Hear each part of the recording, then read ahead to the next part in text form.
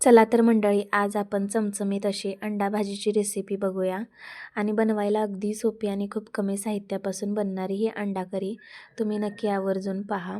तर हे जे वाटण आहे ते आलं, लसूण, खोबरं, कोथिंबीर आणि जिरे यामध्ये टाकून हे मिक्सरला लावून घेतलेलं आहे.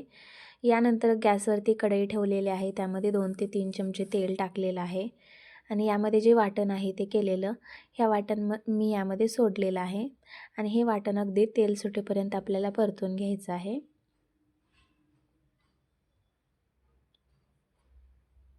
यानंतर यामध्ये मी टोमॅटोची प्युरी टाकलेली आहे. अगदी 2 टोमॅटो मी मिक्सरला लावून घेतले होते, तर ते प्युरी मी यामध्ये टाकलेली आहे. ते सुद्धा व्यवस्थित अशी मसाल्यामध्ये मिक्स करून घेऊया. छान असं तेल सुटलेलं आहे मसाल्याला सुद्धा, वाटणाला. यामध्ये आपण बेसिक मसाले ॲड करूया, जसं की लाल तिखट आणि घरगुती मसाला. तर थोडंसं प्रमाण जास्तच घेतलेलं आहे, कारण झणझणीत अशी अंडा करी आपल्याला बनवायची आहे यासाठी. तर थोडंसं पाणी यामध्ये टाकणार आहोत आणि हे जे वाटण आहे ते परत एकदा मिक्स करून आपण शिजवून घेणार आहोत. तर थोडंसं पाणी ॲड केलेलं आहे आणि हे शिजवून घेऊया.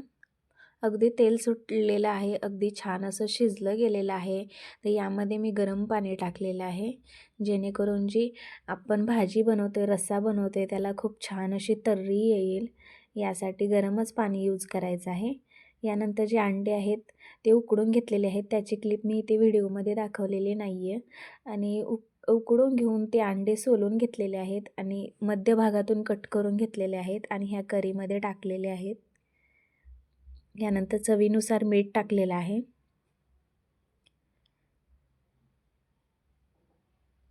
छान असा रस्सा तयार झालेला आहे. सर्वात शेवटी आपल्याला कोथिंबीर टाकायची आहे खूप सारी, आणि ते कोथिंबीरसुद्धा टाकलेली आहे आणि तुम्ही बघू शकता झणझणीत अशी ही अंड्याची भाजी तयारसुद्धा झालेली आहे. अगदी उकळी फुटायला लागली की गॅसची फ्लेम कमी करायची आहे. दिसते ना खतरनाक भाजी, तुम्हीसुद्धा नक्की बनवून पहा. तर इथे उकळी फुटायला लागलेली आहे भाजीला. खूप छान असा हा रस्सासुद्धा तयार झालेला आहे आणि अगदी मी तुम्हाला काढून दाखवते. जबरदस्त ही भाजी आहे ना, मी खूप एन्जॉय केली. तुम्हीसुद्धा अशा प्रकारची भाजी बनवून एन्जॉय करा. धन्यवाद.